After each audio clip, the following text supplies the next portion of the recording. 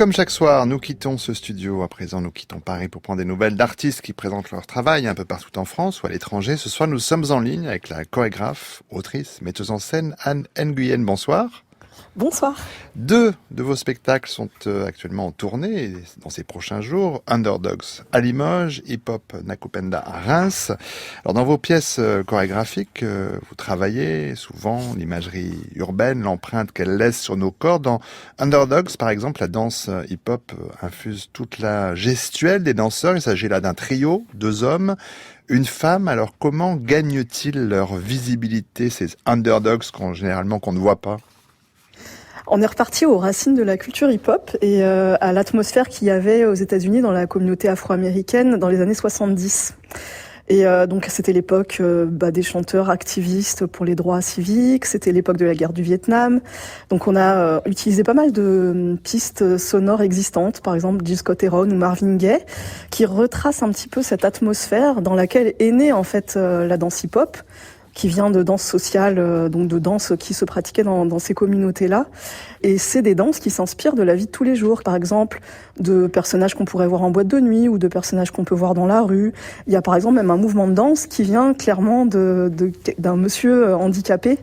Voilà, les jeunes s'amusaient à l'imiter et ça donnait un mouvement de base de la technique du popping, par exemple. Donc voilà, c'est un petit peu comment l'artiste arrive à sublimer les détails de l'environnement qui sortent un petit peu de l'ordinaire et comment on rend visible les choses exceptionnelles et non mises en valeur par la culture dominante. La virtuosité dans le hip-hop, elle est au départ liée à une forme de compétition, au battle qui sera là où le meilleur. Danser le hip-hop en groupe, même si c'est qu'un trio, ça va pas de soi. Est-ce qu'il y a de fait une difficulté particulière à chorégraphier les ensembles ? Alors moi j'adore vraiment tout ce qui est relations humaines, j'aime beaucoup observer les comportements des gens quand ils sont en groupe ou quand ils interagissent entre eux. Et donc je trouve que le trio c'est une forme vraiment très agréable parce que ça permet de changer un petit peu le focus, le centre d'attention. Et finalement, la danse hip-hop, c'est vrai qu'elle a été popularisée par les battles, comme vous dites, mais à la base, ça reste une danse de club et aussi une danse entre guillemets de rue, c'est-à-dire que c'était surtout pratiqué par les gangs de jeunes ou bien les groupes de jeunes dans les quartiers. Donc c'est des danses qui servent avant tout à quelque part montrer une identité de son quartier, de sa communauté, etc. Et donc même si il y a cet affrontement, cette compétition qui a été très importante dans son histoire et qui a poussé la danse à évoluer énormément, avant tout, ça reste une danse qui est très communicative et qui est faite pour être ensemble, pour relier les gens. Alors, et d'ailleurs qui vient aussi de l'apaisement des guerres des gangs à l'époque. Voilà. Autre cas de figure avec l'autre spectacle en tournée, Hip Hop Nakupenda, qui signifie Hip Hop je t'aime en Swahili. Oui. Là, c'est le danseur et chorégraphe Yves Mwamba oui. qui raconte, qui danse son histoire, une histoire qui est donc très liée à celle du hip hop, à celle de son pays, la oui. République démocratique du Congo.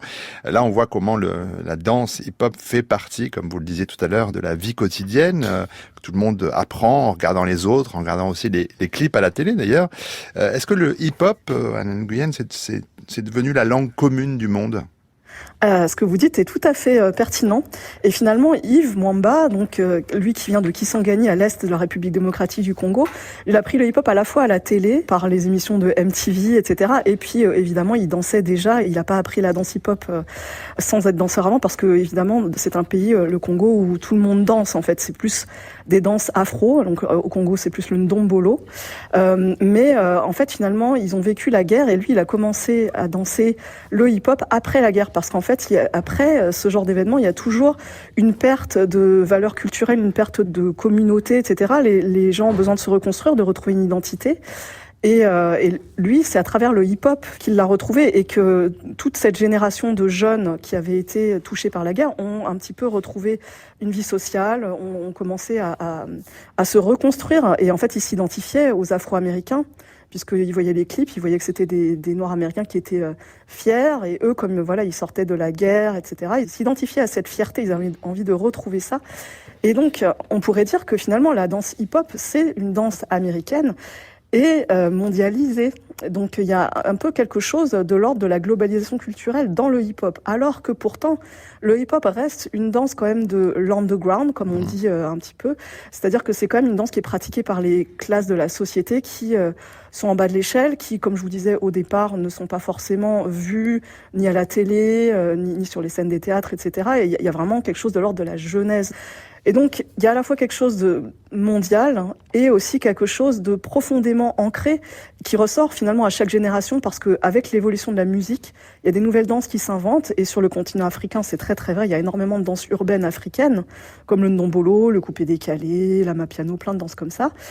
Mais il y avait aussi à l'époque, dans les années 70-80 aux États-Unis, énormément de danses hip-hop différentes, mais qui en fait représentaient des danses sociales que pratiquaient différentes communautés avec des influences différentes, etc. Donc, à la fois, il y a quelque chose de commun, mais il y a aussi quelque chose de l'ordre de l'identité qui reste précis et assez lié à la géographie et au temps.